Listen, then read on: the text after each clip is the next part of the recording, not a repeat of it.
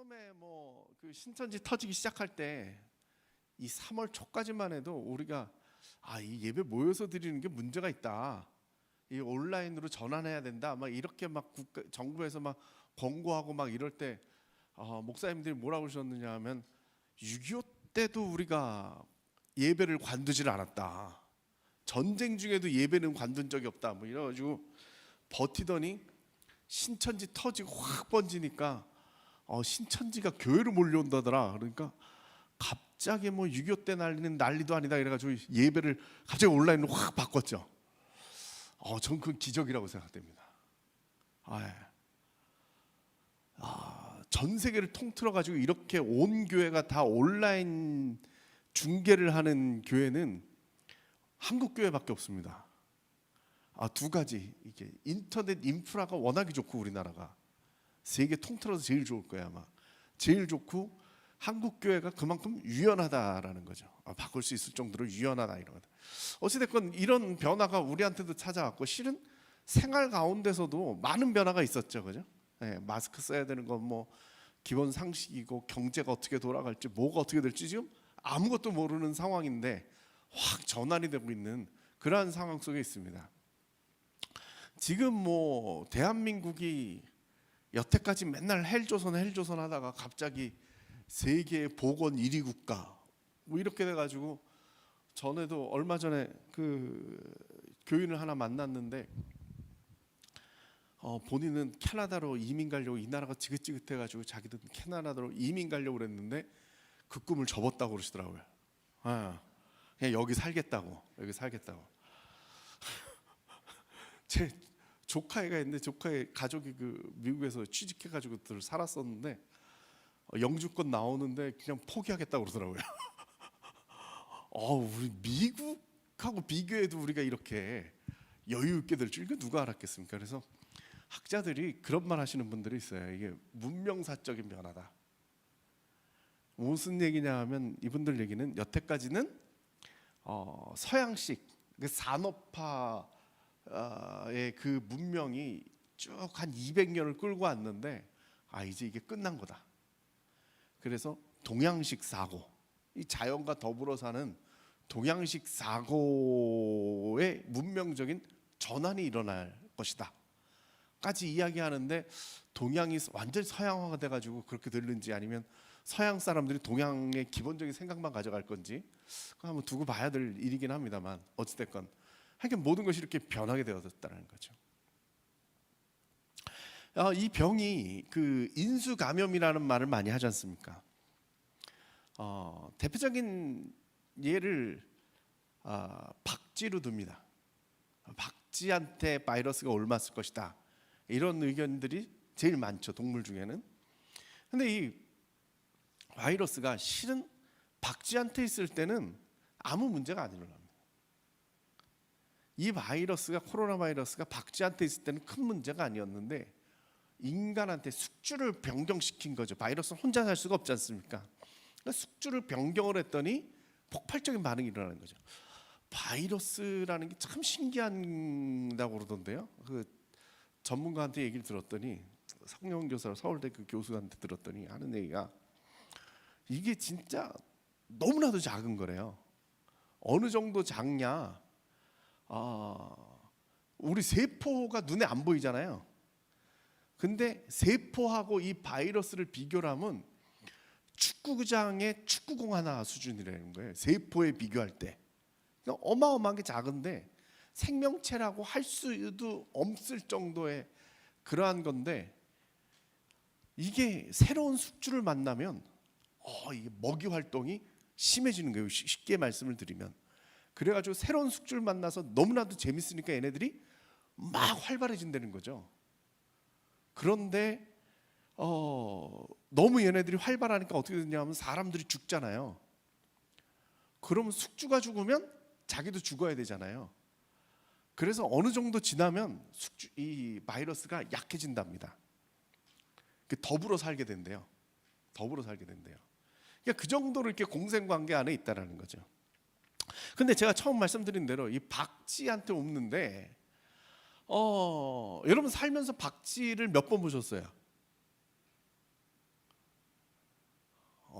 박쥐를 못 보신 분들도 있죠, 그죠?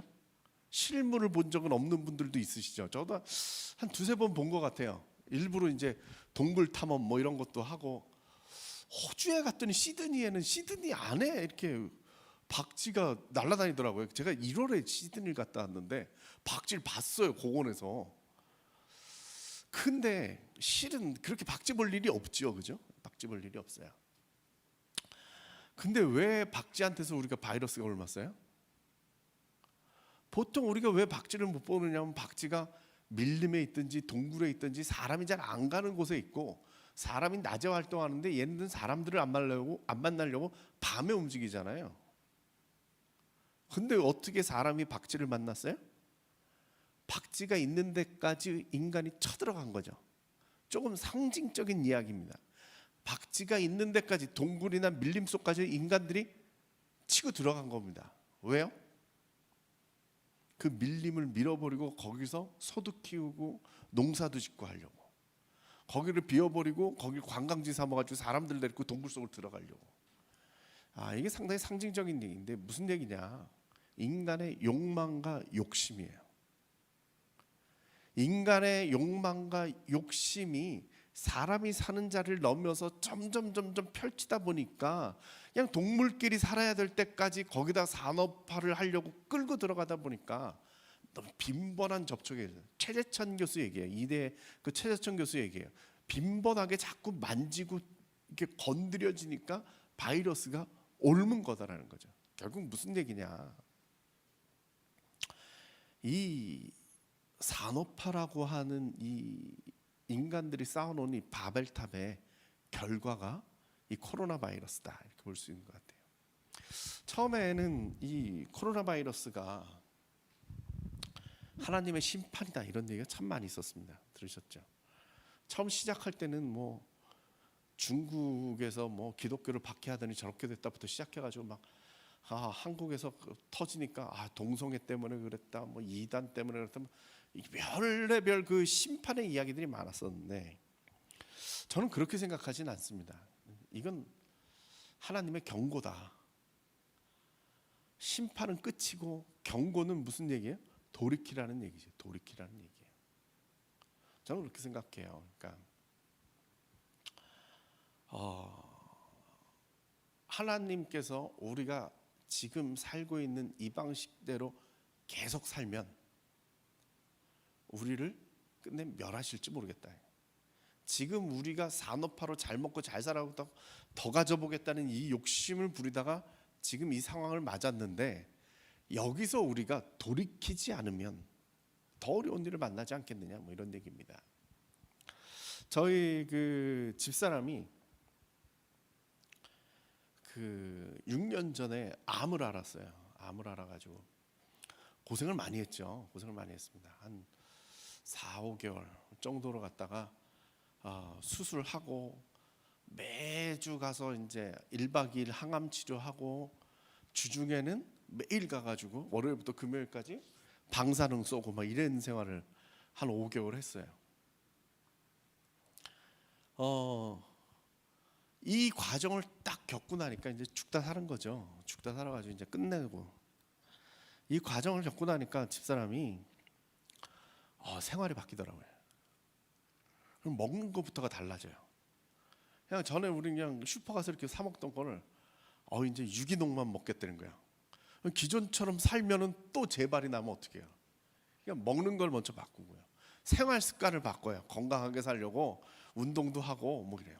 그래서 생활만 바꿔서는 안 되고 마음도 바꾸더라고요. 그러니까 죽다 살았으니까 뭐 마음이 상당히 너그러워지겠죠, 그죠? 근데 그 정도 수준을 넘어서 조급하게 하다가 이게 내가 이게 병을 얻었구나 이래가지고 웬만하면 그냥 이렇게 넘어가는 거죠. 넘어가는 거예요. 그 정도 하니까 나는 그 이제 제발 안 되겠다는 굳은 결심으로 그걸 해내는 거죠. 암 환자가 제일 무서워하는 게 뭐냐 하면 항상 재발이에요. 이걸 내가 또 겪어야 되느냐, 내지는 그나마 겪어서 이기면 다행인데 재발돼가지고 끝을 보면 어떻게 되겠느냐 싶어가지고 그게 항상 고민이에요. 저는 요번 일을 겪으면서 저희 집사람 생각이 꽤 나는 거예요. 뭐냐, 이게 우리가 어려움을 겪었는데 결국 여태까지 살던 방식을 돌이키지 않으면 우리는 이런 결과들을 계속적으로 맞이하게 될 것이다. 하나님의 경고는 전부터 있었습니다. 우리가 지금 코로나19라는 이름을 붙이잖아요. 실은 코로나라는 게 뭐 아시다시피지만 그 왕관같이 이렇게 뾰족뾰족하게 튀어나왔기 때문에 그 이름이 붙은 건데, 실은 사스도 코로나예요. 사스 코로나. 정식 명칭이 사스 코로나, 메르스 코로나예요. 같은 바이러스예요, 종류가. 근데 아까 말씀드린 대로 처음에 왔던 그 사스나 메르스 같은 경우는 얘네들이 빨리 적응을 해버리는 바람에 인간한테 지금은 없어진 건 아니에요. 그냥 동행하고 살고 있는 거예요. 애들은 그렇게까지 세질 않았어요. 메르스도 여태 살아 있어요. 끝난 게 아닙니다. 우리가 여러분 사스나 메르스 백신을 맞으셨습니까? 안 맞으셨죠? 왜 그러냐 하면은 백신을 만들고 있는데 이게 치사율이 확 떨어지고 애들이 사라지기 시작하니까 백신을 포기를 해서 그런 거지, 병이 없어진 건 아니에요. 지금 제가 무슨 얘기를 드리는 거냐, 점차적으로 이 수위가 높아졌는데 우리가 한 번 무시하고 두 번 무시하고 계속 무시해서 여기까지 왔다는 거죠. 요번에 잘 극복이 됐다 생각이 되시면 다음에 또 걸려도 되겠습니까? 이거 어려운 문제죠. 근데 그 위험이 있다는 거예요. 그 위험이 있다는 거죠. 결국은 뭐냐, 우리가 이제 돌이켜야 된다는 거예요. 생활이 바뀌어야 된다는 겁니다. 그래서 뉴노멀이 필요하다는 겁니다. 뉴노멀을 우리가 맞이하기도 했지만 실은 우리가 뉴노멀로 살아가야 됩니다. 그렇지 않으면 이런 결과들을 끊임없이 맞이할 수밖에 없다. 그래서 저는 회개라는 게, 저는 요번에 그 조사하면서 봤는데 한자가 회개하고 회심하고 회자가 전 같은 건 줄 알았더니 다르더라고요. 앞에 회자는 참여하는, 이게 반성한다라는 뜻이고 뒤에 거는 돌이킨다라는 뜻인데, 앞에 회개한다라는 것은 무슨 뜻이냐? 우리가 잘못을 깨달아 가지고 고친다라는 거예요. 생활을 바꿔야 된다. 근데 저는 저기서 더 넘어가지고 회심해야 된다. 마음을 바꿔야 된다. 이 생각을 바꿔야 된다. 지금까지 우리가 살아온 거는 욕망과 욕심에 근거된 삶을 산 거예요. 특히 뭐 신자유주의라고 얘기하는 우리 식으로 하면은 IMF 이후에 그 경제 중심의 이런 사고를 버리질 못하면 우린 끊임없이 이걸 무시하고 계속 달리겠죠. 그럼 또 재발해서 나타날 것이다. 그래서 저는 이건 하나님의 경고다. 그럼 우리가 할 일은 뭐냐? 회심이다. 제가 지난 토요일 날 아주 강의를 하다 이제 피드백을 받으면 이제 가끔씩 깨달을 때가 있지 않습니까? CLF라고 그 변호사회, 제가 이 강의를, 비슷한 강의를 했었습니다. 이 이야기를 했더니 한 변호사가 마무리 기도를 하는데, 그 사회받던 변호사가 마무리 기도를 하는데 그 얘기를 하더라고요. 이집트의 바로 왕이 모세를 통해서 하나님이 주신 경고를 무시하다가 10번의 재앙을 넘은 것처럼 우리가 또 그런 재앙을 겪지 않게 해주세요, 이렇게 기도를 하는데 딱 맞는 말인 것 같아요. 지금 우리가 몇 번째 재앙인지 뭐 셀 수는 없지만 이때 우리가 전 인류가 이렇게 생활을 지금 바꿔야 될, 우리도 바꿔야 되지만 전 인류가 함께 기본적인 가치관마저도 바꿔야 될 때가 됐다, 이렇게 생각을 합니다. 넘겨주십시오. 예, 제가 최근에 그 에스라서 가지고 연구할 일이 있었어요. 무슨 책을 같이 쓰자 그래가지고 그러면서 연구를 하다가 참 저한테는 상당히 재밌는 걸 발견을 했는데, 저는 생각할 때 옛날에 이스라엘 사람들은 신앙생활을 어떻게 했는가 너무 궁금한 거예요. 이게 말이 안 되는 사람들인 것 같아요. 제가 볼 때는 그 솔로몬 성전 시대와 회당 시대를 제가 구분을 줬는데, 성전이라는 게 우리가 볼 때는 참 이 성경을 통해서 성경을 볼 때는 그 신앙의 결집체 내지는 뭐 절정 뭐 이런 걸로 보이는데, 그게 참, 이런 표현을 써도 될지 모르겠는데 좀 악한 것 같아요. 왜 그러냐면 이스라엘에다가 예루살렘에다가 성전을 지어놓고 한 게 뭐냐? 전국에 있는 산당과 그 제단들을 다 없앴죠. 그래서 중앙 집권을 한 겁니다.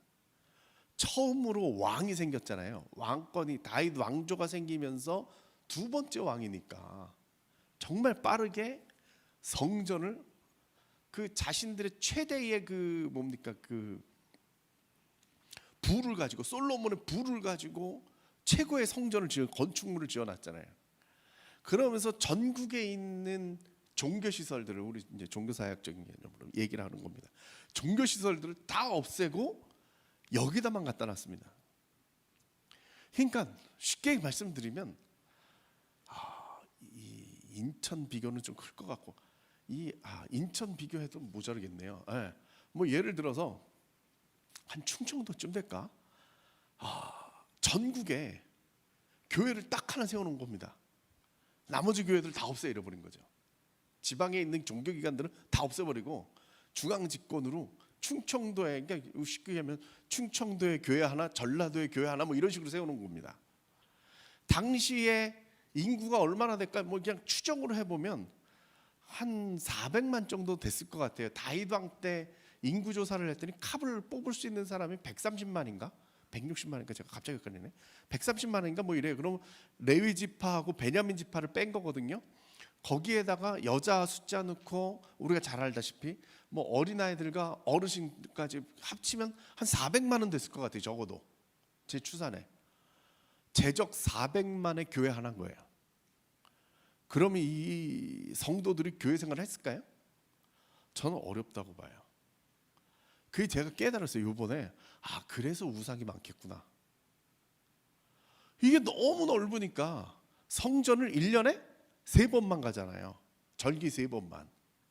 우리는 지금 온라인 예배로 온라인 예배만 하고 매주 안 와서 이 성도들이 신앙생활 어떻게 하나 막 이 걱정을 하고 있는데 이 사람들은 1년에 딱 3번, 절에 가듯이 1년에 딱 3번만 갔다. 그래서 그 신앙생활을 어떻게 했을까? 되게 신기해요. 근데 더 재밌는 건 뭐냐 하면 1년에 3번을 가고 뭐 특별한 일이 있으면 또 갔지만 뭐 전국에서 오는데 그 산 넘고 물 넘어 거기를 몇 번이나 가겠어요. 근데 이 사람들이 가도요 제사에 참여를 하는 건 아니에요. 이런 상상을 해보셨어요? 이 사람들이 가도 제사에 참여하진 않아요. 제사장이 대신 드려주는 거죠. 백성들은 뭘 했어요? 재물만 준 거예요. 근데 그 재물이 어떻게 드려지는지는 몰라요. 그걸 보지를 못한다니까요. 제사는 어디서 지내요? 성전 안에서 지내죠. 사람들은 어디 있어요? 이스라엘 뜰까지만 가는 거예요. 성전은 들어가 보지도 못해요. 그러면서 어떻게 그 신앙생활이 됐을까? 정말 저는 특이한 것 같아요. 자, 회당으로 넘어가겠습니다. 회당은 언제 생겼을까요? 포로기 때 생겼어요. 그죠? 우리가 알다시피 포로기 때 생겼어요. 성경에 회당이 어떻게 생겼다고 나온 거를 보신 적이 없으시죠? 언급이 없어요. 회당이 어떻게 생겼다, 어떻게 세워라 말이 없어요.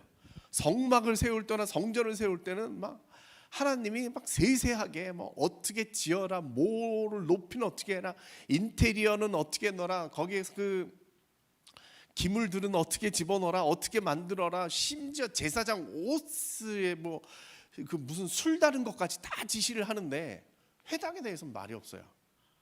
이거 놀랍지 않습니까? 좀 놀랍게 느껴져요.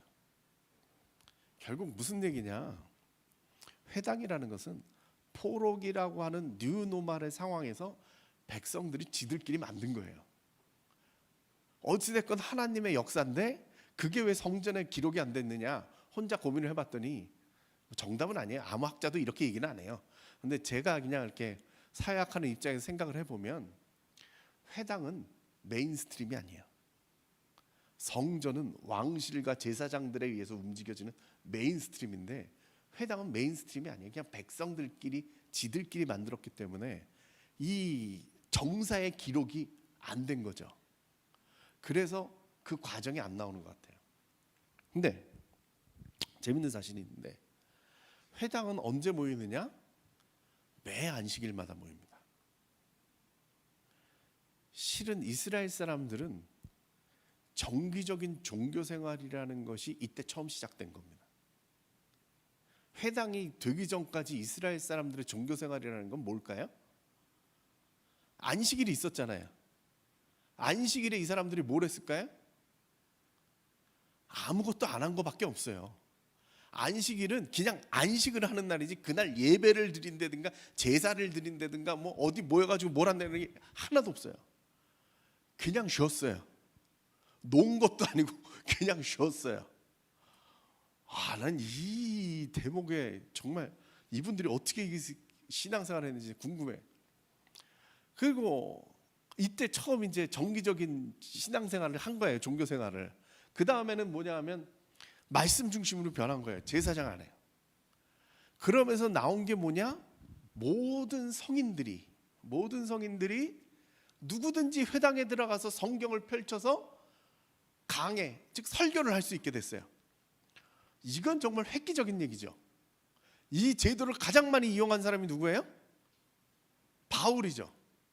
예수님하고 아무데나 들어서 가지고 그냥 펼치고 설교할, 나 이스라엘 사람이에요. 그러면 펼치고 얘기할 수가 있게 된 거죠. 우리 같으면 상상이 되겠어요? 누가 갑자기 들어와가지고 저 교인이에요 이러고 올라와가지고 설교를 해요.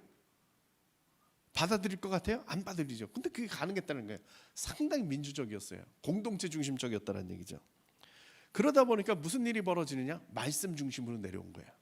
제사를 안 하니까 말씀 중심으로 내려왔어요.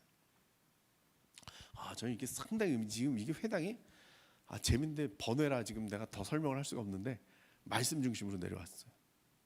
그리고 실은 성경의 이 구성 자체가 이 포로기 때 이루어지죠. 말씀으로 파고든 거예요. 제사가 사라지니까 이스라엘이 누구야? 그러니까 결국 말씀밖에 없네. 그럼 말씀으로 파고 들어온 거죠. 자기 정체성을 그때 세우잖아요. 공동체라는 개념으로 보면 실은 솔로몬은 솔로몬이 만든 거예요. 솔로몬 성전은 왕의 화려함을 가지고, 회당이라는 것은 포로기에 아무것도 없던 사람들이 성인 남자 10명만 있으면 만들었던 거예요. 공동체에 의해서 세워졌다는 거죠. 근데 하나님의 섭리가 놀라운 게 뭐냐면 성전은 건물 파괴로 끝났어요. 1000년 역사죠. 포로기까지 합쳐서. 근데 회당은 지금까지도 이어지고 있어요. 안 끝났어요. 자, 여기서 참 재밌는 얘기인데요. 성전을 다시 지었어요. 그러면 성전의 기본적인 컨셉에 의하면 어떻게 해야 돼요? 회당을 다 없애야 되죠. 근데 공존을 해요. 이게 저희한테 시사해 주는 바가 지금 많이 있습니다. 성전과 회당이 공존을 해요. 우리가 어떻게 될 거냐 이 질문을 제가 드리는 겁니다. 넘겨주십시오. 그래서 제가 요즘 온라인 예배 드리는 걸 제가 엮어봤어요. 자, 접근성 시공초월했어요. 시간도 필요 없고 공간도 필요 없어요. 네트워크만 연결되면 어디서든 예배가 가능하다라는 거예요. 이거 놀라운 얘기죠. 시공초월해요. 아무 데서나 돼요. 자, 그랬더니 요즘 무슨 일이 벌어지냐? 평신도들 참여가 이제 활발해졌어요. 제가 이 부분은 나중에 좀 더 말씀드리긴 할 텐데, 예를 들어서 우리가 설교를 한다, 내지는 뭐 교회에서 목회를 한다 그러면은 목사가 되려면 몇 년 걸려요? 7년. 그죠? 별일 없으면 7년. 뭐 중간에 휴학을 하고 군대를 갔다 오고 뭐 하면 10년 아니에요. 그죠? 불만 있어요? 10년 걸려요. 근데 그 과정을 다 순탄하게 거쳐서 7년에 목사가 되는데, 유튜브 방송 그래야 이제 여기 와서 설교도 하고 강단에 설 수가 있잖아요. 유튜브는 어때요? 누가 시험 보나요? 유튜브에 노예 있습니까? 지방계가 있습니까? 없잖아요. 누구나 할 수 있다는 게 열렸다는 거죠. 이거 비교를 해보면 이런 거예요. 예전에 텔레비전 할 때는 텔레비전 하려면 언론고시를 통과하는 사람들이나 할 수 있었어요. 근데 지금은 어때요? 유튜브는 컨텐츠 있는 사람은 누구나 할 수 있다는 거죠. 한번 비교를 해보세요. 이제 평신도들이 많이 나타날 거예요. 그럼 요즘은 어떻게 됐느냐? 컨텐츠 중심으로 가는 겁니다. 이따 더 말씀드릴 거고요. 그러므로 인해서 공동체는 가상 공동체, 가상 현실의 공동체가 이제 나타나게 될 것이다. 이런 걸 미리 한번 말씀을 드린 겁니다. 자, 넘겨보겠습니다. 자, 그럼 우리가 지금 궁금한 건 뭐냐? 회복이 될 것이냐? 예, 아까 제가 회당 얘기한 것처럼 이제 공존으로 갈 것이다. 이건 확실하죠. 온라인이 이제 뭡니까? 백신 생기고 치료약 생겨서 사람들이 모여도 괜찮다라고 했을 때 온라인은 그럼 없앨 거냐? 아, 그건 어렵다. 그럼 우리가 다 온라인으로 가야 되느냐? 굳이 그럴 필요는 없다. 무슨 얘기냐? 공존을 할 수밖에 없다. 이제 그런 얘기를 하는 건데요. 결국 이전으로의 회복이 아니라, 예를 들어서 우리가 1월 달로 돌아가는 게 아니라 이제 창조적인 새로운 뉴노멀의 회복으로 가야 될 것이다, 이런 거죠. 넘겨주십시오. 자, 뉴노멀은 그럼 뭐가 생길 것이냐? 설교의 변화가 많이 생길 거다, 이런 거죠. 예. 우리가 지금 하고 있는 건 참, 한국 교회가 제가 아까 대단하다고 말씀드렸는데 정말 대단한 겁니다. 큰 교회뿐만이 아니라 심지어 작은 교회까지도요, 다 온라인 중계를 하잖아요. 이건 무지하게 신기하게 저는 생각해요.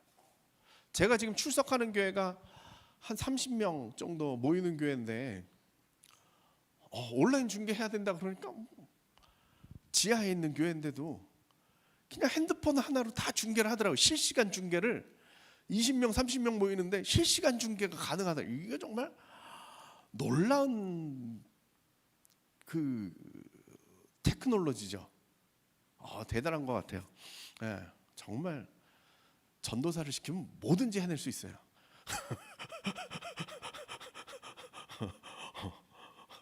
요즘 부교육자들 너무 힘들어한다고 그러죠. 어느 교회든지 지금 코로나로 담임 목사는 좀 한가해졌는데 부교육자들은 지금 뭐 맨날 편집하느라고 막 죽겠다고 그러는 소리 이렇게 들리는데, 어찌됐건 그렇습니다. 근데 문제는 뭐냐면요, 우리가 지금 간과하고 있는 것 중에 하나가 뭐냐하면 매체가 변하면 콘텐츠도 변한다는 거예요. 유튜브라고 하는 매체가 새로 생겼잖아요. 그래서 지금은 텔레비전하고 유튜브하고 거진 같아요. 보는 사람들의 그 비율이 지금 거진 같아졌어요. 자, 그런데 유튜브에서 틀어주는 내용이 일반 방송의 내용하고 같을 수 있을까요? 지금 여러분들이 유튜브를 보시는데 텔레비전에서 못 본 걸 유튜브로 보십니까? 아니죠. 그죠? 유튜브에 맞는 내용들이 있죠. 지금 우리가 그게 없는 거예요. 아직까지. 지금 다들 온라인 간다 그러면 다들 지금 오프라인으로 드리는 예배를 생중계로 보여주는 것에서 그치는데, 이제 앞으로 완전히 변하는 시대가 될 것이다라는 거죠. 넘겨주십시오. 이 방송은 제가 제일 좋아하는 방송 중에 하나인데 이분이 지금 은퇴 선언을 해가지고 제가 지금 마음이 많이 아픕니다. 쯔양이라고 먹방입니다. 먹기만 합니다. 예. 근데 이 아가씨가 얌전하게 생겼는데 어마어마하게 먹습니다. 지금 보시는 장면이 유명한 그 건데 라면을 18봉지를 지금 먹고 있습니다. 자, 방송을 보면 30분 동안 라면만 먹습니다. 다른 말 할 새도 없습니다. 그냥 라면만 먹습니다. 이건 뭐 맛있다는 거 이래가면서 라면만 먹습니다. 상상을 해보면 상당히 황당하지 않습니까? 이걸 누가 볼까 싶잖아요. 근데 요거 본 사람이 700만 명이 넘습니다. 물론 그 중에 제가 있고요. 이 찌양 그 구독자가 230만 명입니다. 230만 명. 야, 교회로 치면 초대형 교회죠. 230만 명 모이는 교회가 있나? 여의도 순복음교회 한참 부풀려서 얘기할 때 100만이다 이런 얘기를 했었는데, 세계에서 제일 큰 교회라고. 근데 230만 명이 실시간으로 연결되어 있습니다. 이 아가씨가 하나 먹으면 230만 명이 동시에 봅니다. 구독을 해놨기 때문에 누구든지 봅니다. 놀라운 사실이죠. 이것만 700만 명이 넘게 봤다는 거죠. 넘겨주십시오. 저 텔레비전 그 유튜브보다 이게 진짜 황당한 겁니다. 연고 TV라고. 이런 거 아세요? 모르시죠, 그죠? 이거는 연고생들을 비춰주는 건데 지금 이 학생은 연대 의대 학생입니다. 공부 잘하는 애들만 이거 찍나 봐요. 근데 지금 뭘 하고 있는 거냐 하면 다음 날 시험이 있어가지고 밤새워 공부하는 걸 찍습니다. 이거 제가 봤는데 뭘 하고 있느냐? 저 자세로 5시간 공부하고 있습니다. 아무 얘기도 안 합니다. 공부해야 되기 때문에 아무 얘기도 안 하고 5시간 동안 저거를 그냥 보여줍니다. 근데 저거를 160만 명이 봤어요. 황당하지 않습니까? 저렇게 황당할 수가. 아무 내용이 없어요. 그냥 저러고 공부하고 있어요. 예뻐서 보는 것 같지도 않고 이게 딱 죄송한 표현인데 왜 보는지 모르겠는데 애들이 저걸 틀어놓고 공부를 해요. 같이 공부하는 거야. 우리 옛날에 친구 집에 가서 공부했잖아요. 아니 그냥 저거 틀어놓고 공부를 하는 거야. 최근에 제가 옮겨놓진 않았는데 최근에 제가 그 황당한 그걸 또 발견을 했는데 그건 뭐냐면 백색 소음입니다. 백색 소음이라는 거 들어보셨어요? 이것도 사람이 몇만 명씩 보는데 예를 들어서 서울대 도서관 그러면 2시간 동안 서울대 도서관에서 앉아가지고 녹음한 거를 틀어줘요. 서울대 도서관에서 무슨 소리가 날까요? 아무 소리도 안 나요. 그냥 책장 넘어가는 소리, 약간 왔다 갔다 하는 소리. 근데 그걸 2시간을 듣고 있어요.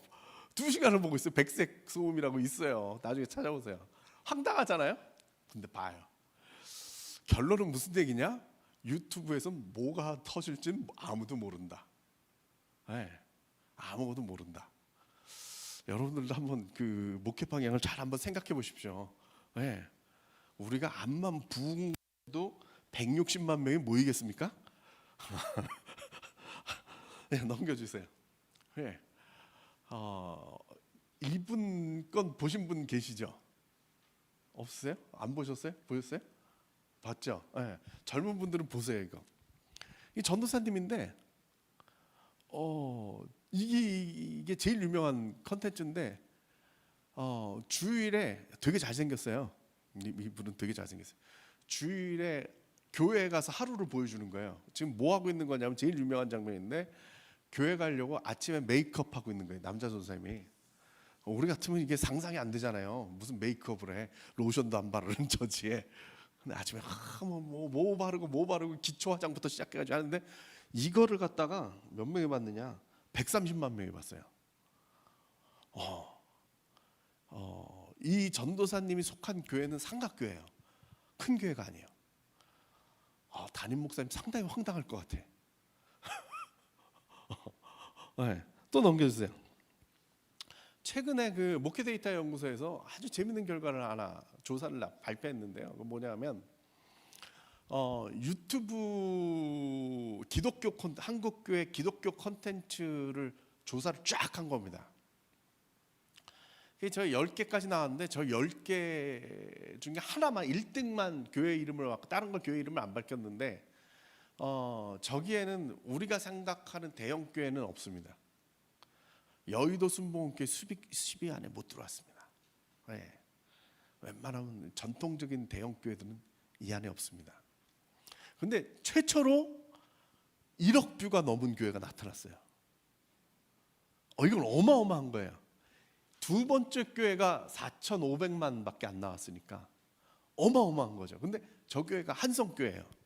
한성교회 들어보셨어요? 아세요? 저는 이 발표가 날 때까지 몰랐어요. 목동에 있다고 그러더라고요. 근데 그 교회가 유명한 게 뭐냐? 넘겨주십시오. 설교가 아니라 금요철이에요. 저 김윤진 간사라고 저분이 그렇게 유명하신 분이라는데 몰랐어요 제가. 네, 저도 꼰대인 거죠. 지금 이거 아무것도 두려워 말라 이 콘텐츠만 1,000만 번 봤어요. 1,000만 뷰가 나와요. 한국의 기독교인이 몇 명이에요? 2단의 가나안 성도고 뭐고 다 합치면 1,000만이에요. 근데 1,000만 번을 봤어요. 제가 이걸 딱 보고 무슨 생각이 들었느냐 하면 첫 번째는 아, 이제 컨텐츠가 중요하겠구나. 그 2등은 대형 교회인데 설교 때문이 아니고 거기도 찬양 때문에 떴거든요. 결국 문화 콘텐츠다, 이렇게 목회데이터 연구소에서는 그렇게 발표했어요. 문화 콘텐츠가 더 와닿는다 하는데, 저는 하나 더 생각해 보면 무슨 생각이 드느냐, 아, 교회 안 나오는 사람은 이거는 보겠구나 싶더라고요. 1000만 번을 봤으면 도대체 몇 명이 봤겠어요. 그렇게 생각을 해보면 교회는 안 나와도 유튜브 통해서 컨텐츠 보는 사람들은 꽤 있겠구나라는, 저는 그런 결론이 나오더라고요. 그러니까 시대가 좀 바뀌었다라는 거죠. 예, 그 다음 거 넘겨주십시오. 예, 이분 아세요? 아, 제자광성교회. 저가 거룩한 빛 광성교회 협동 목사를 해가지고 저도 좀 아는데, 이 목사님을 대부분 모르시는데 이분은 무슨 설교 하나만 올리면 며칠 새에 5만 6만은 그냥 나와요. 이 지금 요게 제일 유명한 건데 55만 나온 거예요. 이 설교 하나가. 이렇게 우리 상상을 초월하는 거죠. 지금 다른 그 유튜브 안에서의 설교자는 따로 있어요. 이걸 우리가 지금 모르는 거죠. 넘겨주십시오. 김동호 목사님 같은 경우는 이제 새롭게 나타난 사역을 지금 펼치고 있지 않습니까? 네, 또 넘겨주십시오. 이 교회 같은 경우는 이제 하나 더 넘어간 것 같은. 예, 넘어가겠습니다. 예. 그 다음 게 없나요? 전에 거. 뒤로 가지 말고 앞으로 하나 더요. 중간에 하나가 잘렸군요. 예, 넘기겠습니다. 결국 이 문제는 대박이 아니라 완판의 시대가 됐다라는 게 먼저예요. 대박이라는 것은 하나의 상품으로 전국을 커버하는 건데, 요즘은 어떻습니까? 자기만의 그런 것들이 다 있죠, 그죠? 그러니까 그런 그래서 요즘은 소량을 가지고 완전히 판매한다 해서 완판 시대라고 그래요. 대박이 아니라 완판 시대다는데, 각 교회마다 컨텐츠들이 필요한 것 같아요. 다 똑같은 건 의미가 없죠. 네. 요즘 즐겨보는 그 골목 식당 뭐 이런 거 보면 대충 답이 나오지 않습니까? 오늘도 오늘 목사님이 우리 점심 사주셨는데 이 뒷골목으로 가니까 모밀집이 있는데 무지하게 맛있어요. 빠글빠글해요. 소문 난 거죠. 뒷골목인데. 그런 것들이 우리들에게 있다. 그래서 결국 온라인 시대에 뭘 할 것인가 한번 고민을 해봐야 되는데, 그거는 우리가 생각하기를 전체가 온라인으로 가는 건 아니고 공존으로 가는데, 온라인 잘하는 사람들은 그거 열심히 하면 된다. 근데 나머지 예를 들어서 20%가 그런 걸 잘한다. 그럼 80%는 뭘 해야 되느냐? 20%가 할 일이 있구나. 그러면 한국교회 전체가 균형을 갖춰서 갈 거다. 이런 얘기를 제가 드리고 싶었던 겁니다. 넘겨주십시오. 예, 뉴노멀의 두 번째는 예배죠. 예배는 이제 예배학 교수님이 계셔서 특별히 얘기는 안 할 건데, 우리가 생각할 것은 뭐냐? 온라인 예배에 적응한 사람들이 돌아올 것이냐? 네, 넘겨주십시오. 우리 한국 교회가 참 그 재밌는 게 뭐냐면, 그 다음 장면이 없었나요? 이상하게 이게 제가 너무 정리를 했군요. 시간 때문에 제가 정리를 너무 많이 했네요. 이 시대가 되니까 문제가 뭐냐 하면요, 지금은 집중해서 보고 있는데, 여기 놔두시면 될 것 같습니다. 자, 온라인 예배에 지금 적응한 사람들이 예배로 다시 돌아올까? 그건 어려울 거다. 적응한 사람은 또 적응한 대로 또 갈 거다라는 거죠. 그러면 이제 우리가 지금은 이제 시대가 시대니만큼 교회를 안 나오고 온라인으로 예배를 드린 사람들을 주일 예배 드린 걸로 이렇게 쳐주잖아요. 저희가 쓰는 말은 퉁을 친다고 그러는데 퉁 쳐주잖아요. 그런데 지금은 사람들이 좋아가지고 묵도부터 축도까지 이렇게 같이 하는데 계속 그럴까요? 안 그럴 것 같아요. 젊은 애들은 일단 이런 거를 지금 온라인 강의를 하고 있는데, 각 대학마다 온라인 강의를 하고 있는데, 학생들이 다들 1.5배속 내진 2배속으로 듣는데요. 그 정도로 들어야 자기네들 고등학교 때 들었던 인터넷 강의 강사 수준의 속도가 나온대요. 말 속도가. 대학 교수들이 말을 2배 정도 느리게 한다는 얘기죠. 그래서 그냥 1.5배 내지 적어도 2배 속도로 들으면 애들이 알아들을 수가 있대요. 너무 느려가지고 못 알아듣는데요. 그래서 2배로 듣는다는 거예요. 그러면 우리 교인들도 예배를 드리다가 한 1.5배로 가속을 올려서 드려요. 그러면 빨리 끝나겠죠? 나는 1시간 했는데 얘는 30분 만에 끝나요. 그나마 다행인데 얘네가 뭐 처음부터 뭐 온라인으로 드리기를 뭐 앉았다 섰다 이걸 해야 돼? 설교만 들으면 안 될까? 목사님 내가 바빠서 그러는데 설교만 들으면 안 될까요? 그럼 목사님 뭐라 그래야 돼요? 말도 안 된다고 혼을 낼 수 있겠어요? 아 그것만 해도 어디냐 그래 그거라도 들어라. 이걸로 퉁쳐줬어요. 근데 나중에 또 오더니 얘가 목사님 말이 느려가지고 제가 2배속으로 들었는데 들을만해요. 예배를 쳐주세요. 그럼 또 퉁쳐줬어요. 그랬더니 얘가 나중에 오더니 설교 2배속도 길어요. 요약본으로 제가 들을게요. 지금 큰 교회들이 지금 유행이 뭐냐 하면요, 제가 이런 얘기를 하고 다녀서 그런지 모르겠는데 큰 교회들이 지금 3분 설교를 내놔요. 이게 부교육자도 죽는 거죠. 30분 설교한 걸 3분으로 요약을 해가지고 지금 내놓기 시작했어요. 그럼 3분 듣고 예배 본 걸로 쳐주세요. 그럼 쳐줘야 되나? 뭐 이런 지금 그런 거죠. 결국 우리들이 앞으로 닥칠 미래가 넘겨주십시오. 상당히 걱정이 되는 상황인데, 근데 이거를 우리가 어떻게 인정을 해야 되느냐 이 문제점이 있겠죠. 근데 저는 그런 생각이 들어요, 여러분.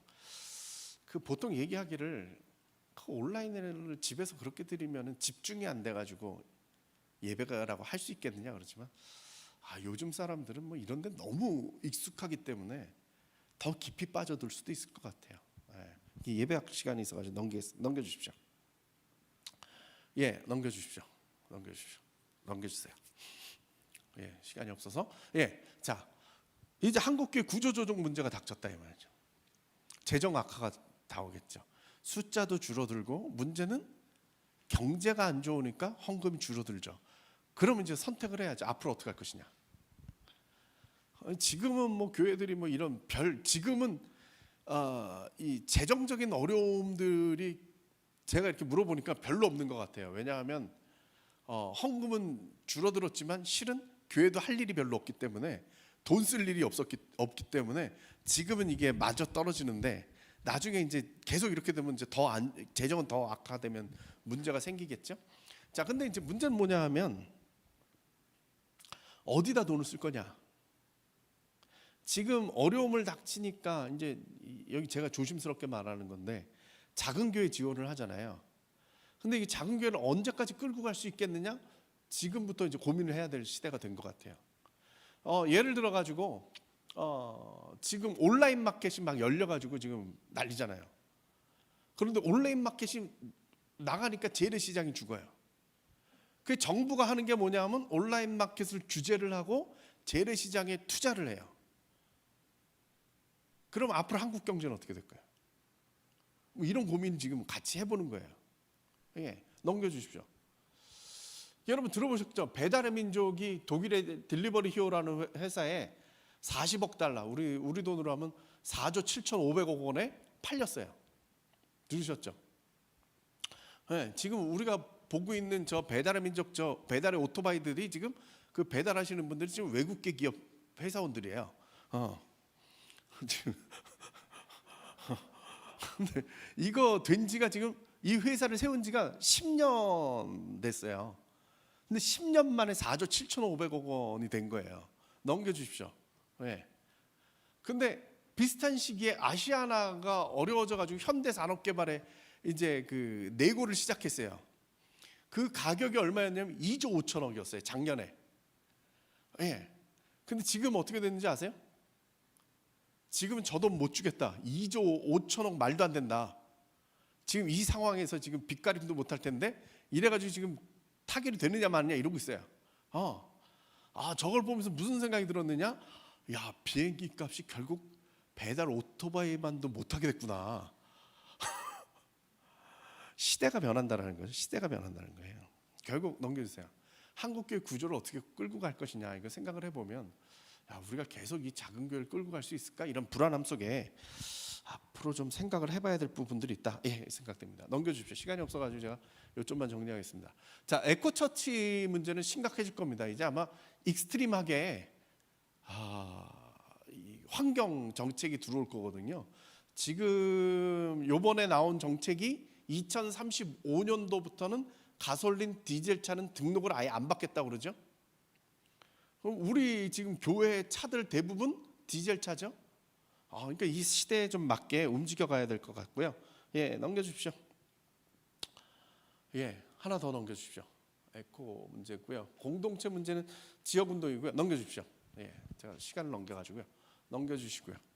하나만 말씀드려요. 예, 비대면 사회가 이제 우리들에게 닥친 문제죠. 이거는 이제 우리가 새로운 방법들을 찾아 나가야 될 건데, 실은 비대면 사회라는 게 갑자기 찾아온 건 아니고 이미 시작됐죠. 뭐 예를 들면 우리가 은행 가가지고 은행원 만나십니까?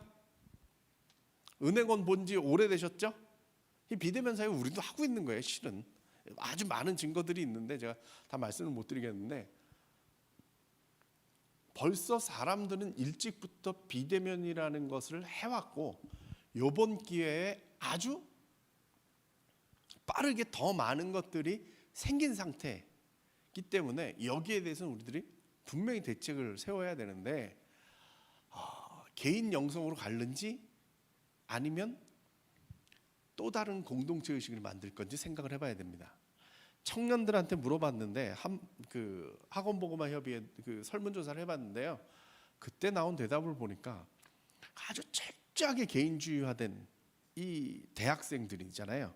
이 대학생들이 청년부는 어떤 특징을 가지고 있느냐 물어봤더니 1등이 공동체고 2등이 코인원이에요. 두 개 합치면 90%가 넘어요.